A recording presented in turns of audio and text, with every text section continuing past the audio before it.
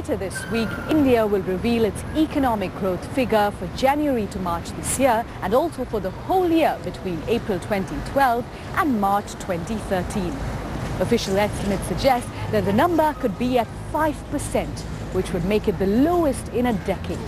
Manufacturing is one sector that has been hit hard, with investments slowing sharply. So what are the main challenges facing the economy and how soon could growth be revived? I travelled to Pune to find out. Firing up India's economy will be a big challenge in the year ahead. This once fast-growing emerging nation has slowed sharply over the past year, and the manufacturing sector in particular has been hit hard. Annual factory output slipped to its worst level in 20 years.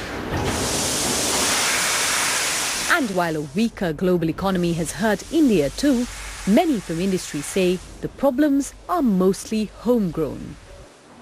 The whole investment pipeline has kind of got frozen, largely because of governance issues, projects getting stuck in various approval processes, whether it's environment, whether it's land, whether it's other processes.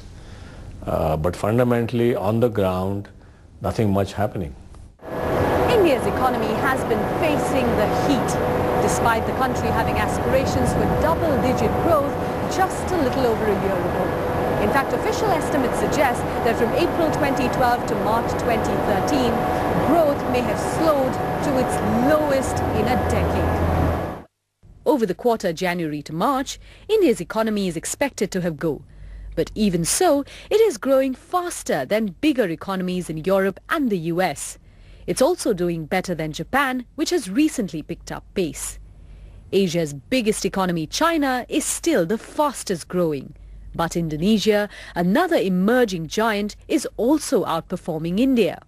The per capita income levels are very low in India, so it needs to grow at 8 to 9% consistently for several decades before it catches up with the advanced economies. Then you look at our peers in Asia. I think they're doing much better than us. I think some of the economies have bounced back to their pre-crisis rate of growth, whereas we are much below our pre-crisis rate of growth.